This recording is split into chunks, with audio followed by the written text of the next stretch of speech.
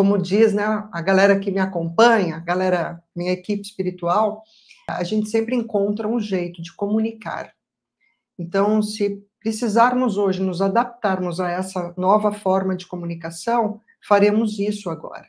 Então, a gente vai deixar de ficar falando, né, entre muros, entre templos, entre pequenos espaços para falar para muitos. Nós vamos usar as mesmas ferramentas que todos estão usando para difundirmos isso. Acontece, já, que você sabe, assim como eu, que determinados assuntos não vendem, rapaz. Vou dizer para você, a doutrina secreta não vende. E eu posso falar isso com todo carinho. Não vende, não. São pouquíssimos aqueles que acessam essa informação, e desses que acessam, você diminui 3 vezes menos aí os que conseguem compreender. E tudo bem, né? E tá tudo bem, a gente tem que fazer o esforço agora de levar esse conhecimento para todos, né? De alguma forma.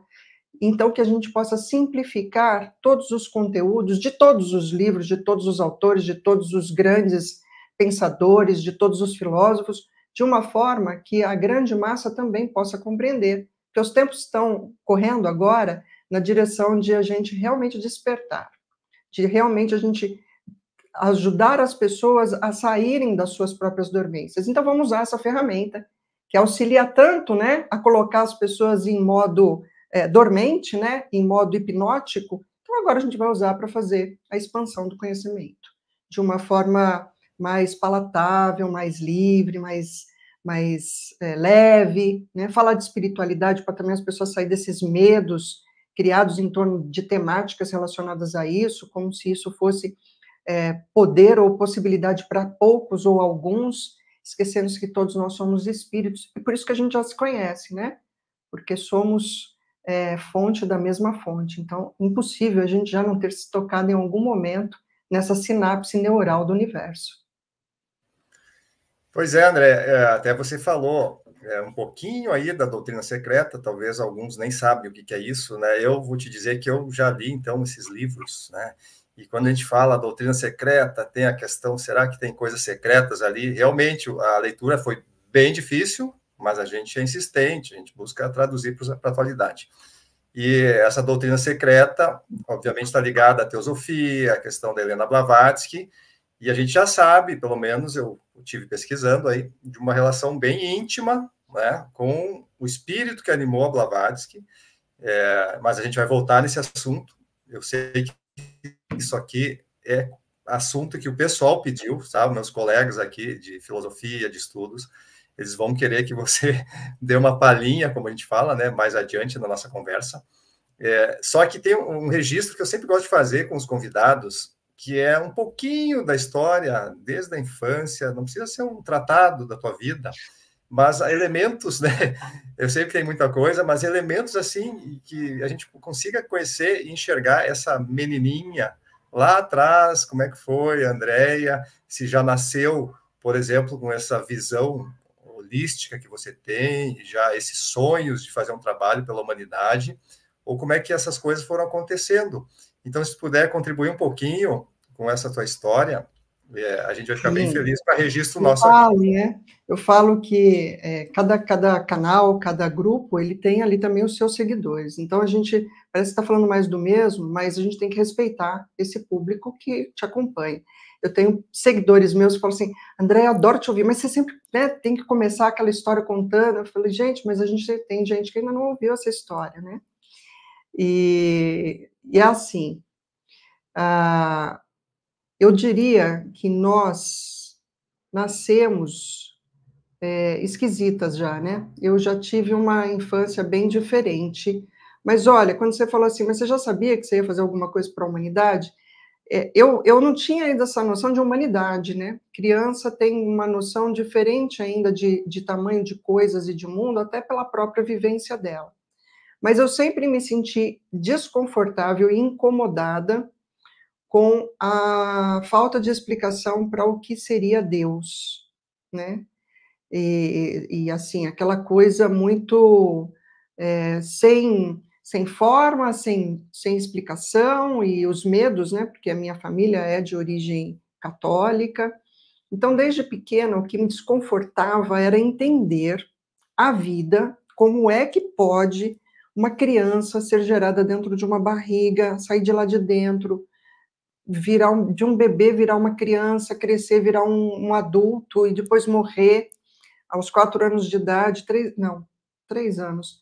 Meu avô paterno falece e, né, eu sou da década de 70. Naquele tempo ainda se velava em casa. E meu avô, sendo velado, eu tinha uma relação muito amorosa com ele, né? Quando eu nasci, ele já sofria de derrame.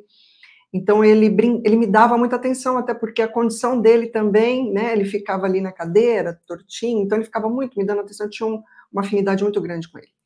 E quando ele morre e o velório está acontecendo na sala da casa da minha avó, ele estava, né, com os chumaços de algodão no nariz, o que é uma prática também, na época se fazia isso.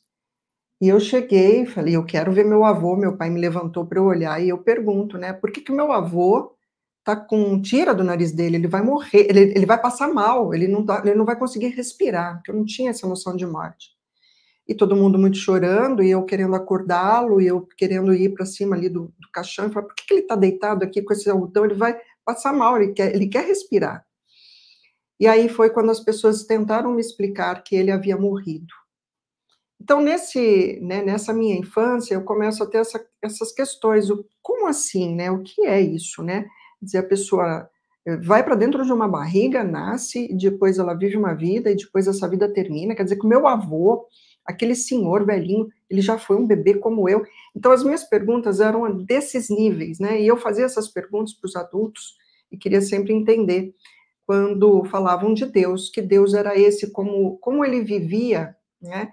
E minha mãe tentava me explicar, porque a Bíblia explica, não, eu quero saber assim, o que ele é, afinal de contas, onde ele está? Então, essas perguntas sempre permearam a minha mente.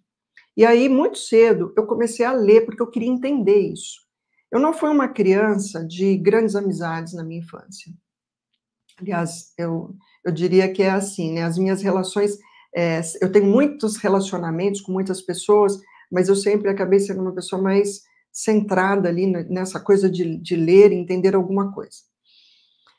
E eu tinha muitos amiguinhos imaginários, mas entre eles eu tinha um especial, que era um homem, né, muito comprido, bem alto, e que usava uma capa muito azul, e que tinha uma cabeça que eu não conseguia ver o rosto dele, ele parecia realmente uma luz de velas, assim, né, de tão iluminada que era aquela cabeça. E ele era um amigo, né, enfim, ali eu não sabia ainda o que ele era, então eu achava que ele era um amigo, que sempre me trazia orientações de estudo, né, de falar, de conversar. Ele me respondia algumas perguntas, né, logicamente, dentro daquela lógica que eu era capaz de entender ainda como criança, mas aí logo cedo eu comecei a me tornar autodidata. Eu lia as coisas escondidas em casa, meu pai tinha muitos livros, né, romances daquela época, que eram coisas, que era o que se lia, né, e eu pegava para juntar letras, porque eu queria entender o que estava dentro daqueles papéis que eles abriam e liam. Então, eu me tornei autodidata. E comecei a ler a Bíblia, porque eu queria. Minha mãe falava que ali tinha resposta sobre quem era Deus. Eu comecei a ler a Bíblia.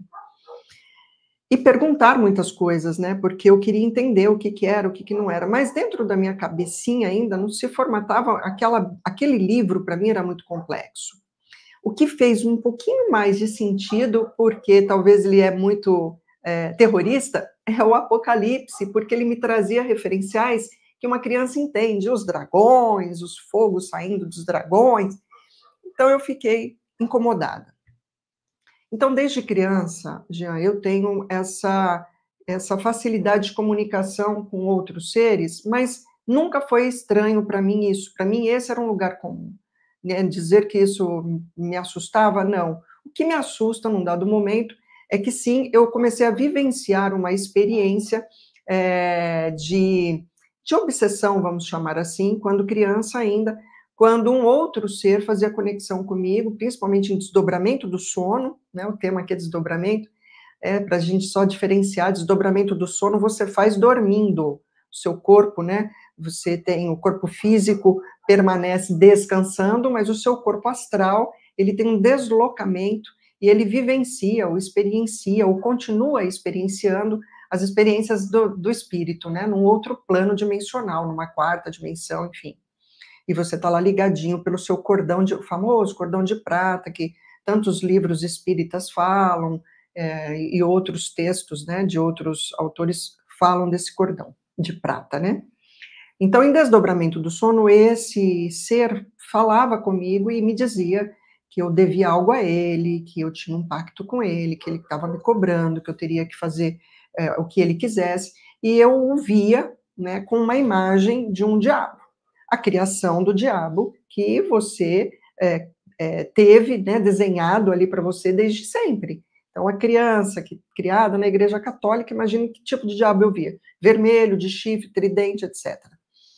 E essa situação, ela foi se alongando, e aí eu parei de querer dormir, porque eu sabia que se eu dormisse ele apareceria, e comecei a fazer força para não dormir, né, permanecer acordado.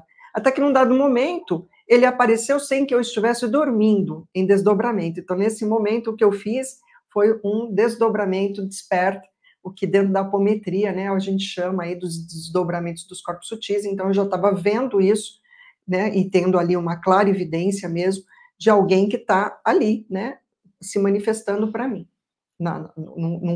numa camada, né, sutil, mas já não precisando estar dormindo. E como criança, eu comecei a ter muitos pesadelos de não dormir mais, e comecei a deixar de comer, comecei a emagrecer como uma criança, comecei a adoecer, e a minha mãe, então, faz contato com a minha avó por carta, né, minha avó era analfabeta, mas o meu avô lia as cartas e escrevia as cartas para ela, né?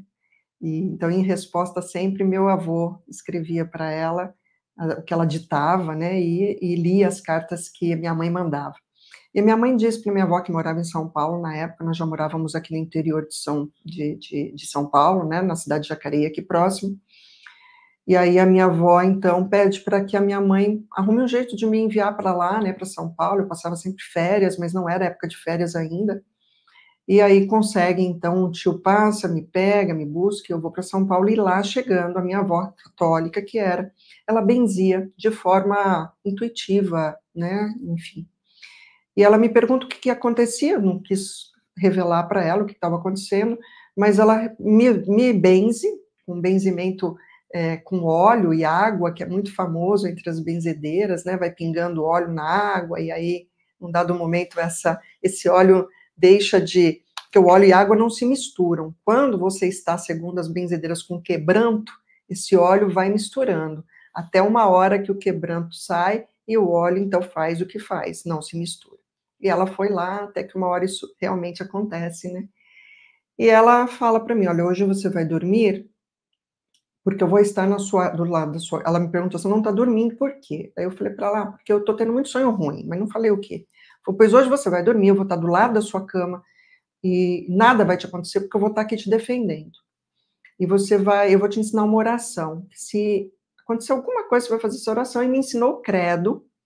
Eu falo que até hoje, por que tinha que ser logo essa, que é tão difícil, tão complicada, tão longa, e comento muito, né, o credo, ele tem uma egrégora muito poderosa, independente, gente, de qualquer coisa que você creia, tá, não importa, mas a oração, assim como o Pai Nosso, né, ele forma uma egrégora, porque é repetido tantas vezes, e sempre com aquela intenção forte, né, porque o credo tem sempre ali aquela conotação de você afastar mesmo coisas negativas, né, muito utilizada na Igreja Católica para fazer me fugiu o nome agora, expulsar os demônios, né, aquelas coisas que a Igreja, de qualquer forma, ela carrega muito essa potência, né, então realmente, quando você faz a oração, independente do que você está dizendo ali, a energia dessa egrégora acaba realmente sendo muito forte e atuante.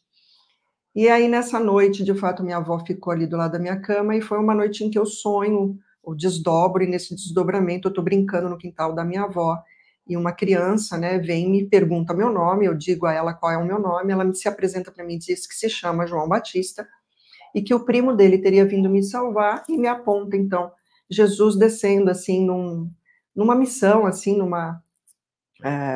descendo a rua da minha avó, né, em procissão. E aí eu vejo essa imagem e acordo, né, muito emocionada, e minha avó está acordadinha ali do meu lado, né, e aí esses sonhos param, mas a cada setênio esses sonhos voltavam e sempre vinham com algum tipo desse peso da cobrança, e só mais tarde, né, agora cerca de 12 anos atrás, é que eu vou entender o que tinha sido provocado, se era acordo, que acordo, por quê, enfim. E sim, fazia parte de um aglomerado meu espiritual, de uma vida em que eu realmente tive posturas muito difíceis e erráticas, onde então eu desenvolvi uma série de conhecimentos de magia, de coisas, né, densas, e que atuei muito de forma negativa, mas não é um acordo da forma como as pessoas imaginam que um acordo é feito. Essa energia lá do passado me reencontra nesse momento da minha vida, e aí eu digo, tenta desviar, né, me desviar do meu objetivo, que é qual o objetivo, né? É a gente se melhorar paulatinamente sempre. E tentou me convencer, primeiro pelo medo da criança, depois pela fase mais adolescente, pelas curiosidades do adolescente, na fase, né, indo da fase adolescente para adulta, entre 21 e 28 anos, tentando me envolver ali com essa parte mais espiritual, que daí você quer se colocar no mundo, quer entender quem você é, dos 28 em diante, me colocando diante de todas as posições possíveis que eu poderia acessar se eu contasse com ajuda, né?